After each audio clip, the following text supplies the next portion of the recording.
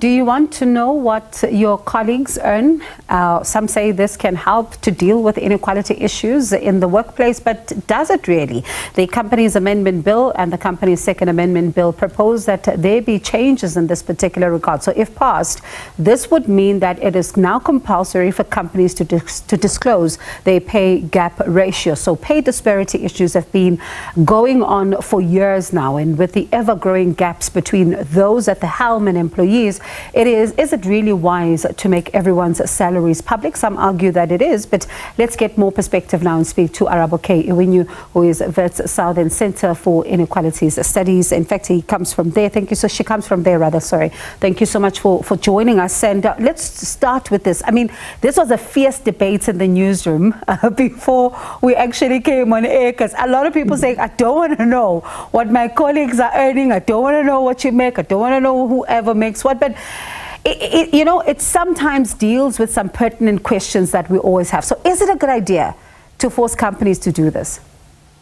Good afternoon, Bongiwe and your listeners. Is it a good idea? I think it's a beginning point. So South Africa is always talking about how, of South Africa, it's always talked about how there's such high income inequality and there's such disparity in earnings, and how important wages at the labor market and in the labor market are important for perpetuating this inequality. So it is a beginning point for us to be able to track performance over time. Also, it sheds light on just how extreme this situation is at the different firms that have to disclose. So these are publicly listed companies and state-owned entities. It also gives information for the different social actors in the wage negotiations, the workers within companies, to agitate for change internally as externally, as we compare how one company does in one sector to another sector. I think for now, you and your workmates can relax, because we're not going to publish the bills are not calling for every single person's wages to be published. It's just asking for the highest earning individual, the lowest earning individual, and then comparing the top 5% to the bottom 5%. And Arabo, some people would say that just for the fact that you are publishing the highest and the lowest, then you're likely to cause some unhappiness, some dissatisfaction, and people will be bitter when they have this particular information. But on the flip side of the coin, as you say, it can help us start to have these particular conversations. So when we look at South Africa, let's look at us and across with other countries. Do we have higher salary ratios? Given the high inequality in South Africa, I don't expect that there are very many countries that have such high ratios as we do.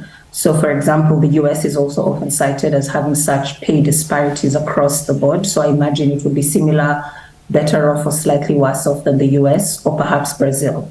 So if the issue is, are we better off than other countries? I don't know. But I think as a society, we have to take stock of where we are. And yes, people might be discontent, but I think these numbers are already out in the media. We typically see how long it would take one worker at such a retail company to earn what the top CEO earns. So these figures are already out there. And what is going to happen now is it will just be published on an annual basis, and we'll be able to track performance. And maybe over time, as the gap reduces, we'll see less discontent. And do you think that then, if it comes to enforcing this and making sure that companies do reveal this particular information, do we then see these ratios reducing over time, or is it still a long way to go towards ensuring that we get to that point where we want to get to? I wish I could. You're asking me to read into the future, and I wish I could. I can only say that I hope it does. I hope that it gives us a point to compare. I hope that it enables people to actually force change as you start to look at other indicators. How is one company in one sector doing? How does it contribute to GDP? Is it growing employment? And bringing more of these other factors into discussion, and hopefully over time driving the kind of society that we want, and making sure that pay reflects performance overall and growth for the country. And of course, business, suggesting that publishing the ratios of the top 5% and the bottom 5% is arbitrary. And I wonder, what do you say then to that?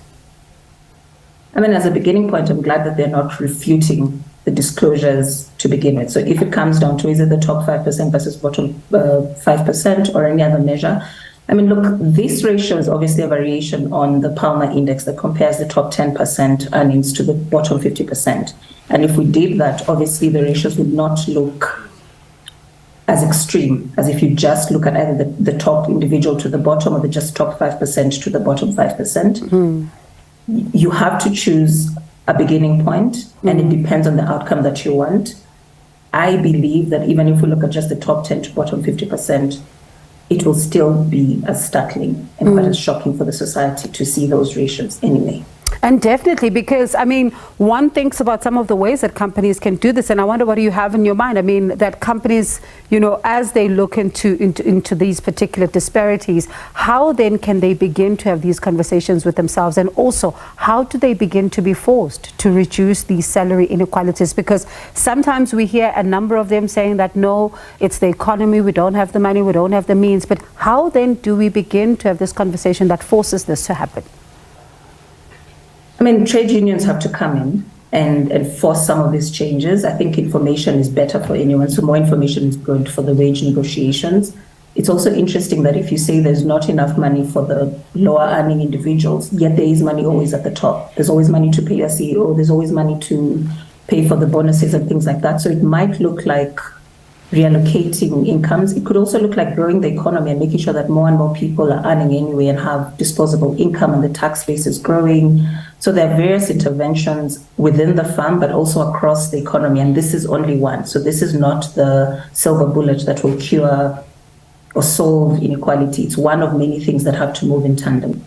And I suppose it can also curb what we sometimes see even in, you know, some of the companies where people will always, maybe they discover information about your salary, for example, they hold on to it, or they make it their business to try and find out how much you're earning. But if that is made public, it kind of also makes, you know, that particular process a little bit more easier and some conversations easier, I suppose. Definitely. And also, I mean, these will be published in audited annual reports. And so we can actually trust those numbers, because in the past, they come out and sometimes some companies are publishing this information. It looks different from one company to the rest. So now we'll be able to compare standardized information. We know it's audited and we can actually trust it over time. So honestly, an upside.